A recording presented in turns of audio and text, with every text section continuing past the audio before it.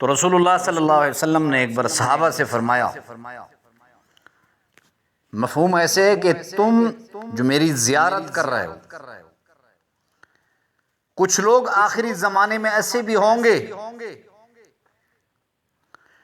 وہ چاہیں گے کہ ہماری مال، ہماری اولاد سب کچھ قربان ہو جائے، مگر ہم ایک مرتبہ رسول اللہ صلی اللہ علیہ وسلم کی زیارت کر لیں۔ اور یہ بات یاد رکھو، رسول اللہ صلی اللہ علیہ وسلم کی حدیث مبارکہ ہے، جس نے مجھے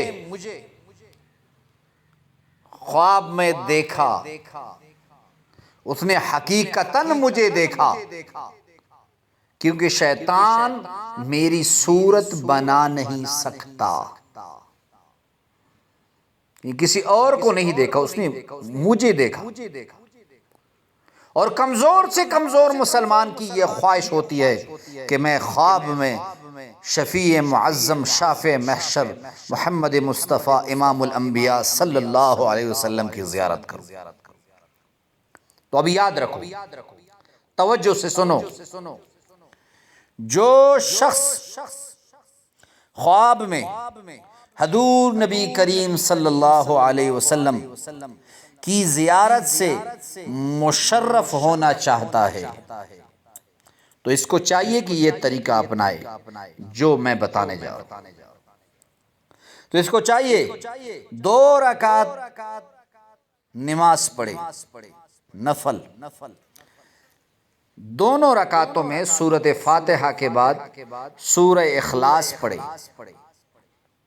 اور پھر جب نماز سے فارغ ہو جائے تو اس دعا کو 7 مرتبہ پڑھے، وصلی اللہ علی النبی الأمی۔ انشاءاللہ وہ زیارت سے مشرف ہوگا۔ اس عمل کو پڑھتے وقت ان باتوں کا لحاظ رکھنا نہایت ضروری ہے۔ نمبر 1 جسم پاک ہو، نمبر 2 کپڑے پاک ہوں، نمبر 3 بستر پاک ہو، اور نمبر 4 بستر کو اور کپڑوں کو، جسم کو بھی عطر لگائے، یعنی انہیں عطر سے معطر کر دے۔ اور یہ عمل کب کرے؟ منگل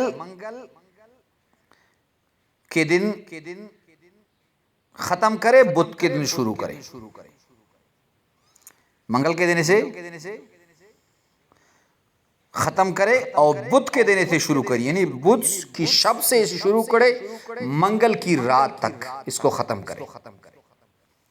ایک ہفتے میں اللہ رب العزت آپ کو شفیع معظم صلی اللہ علیہ وسلم کی زیارت نصیب فرمائیں گے۔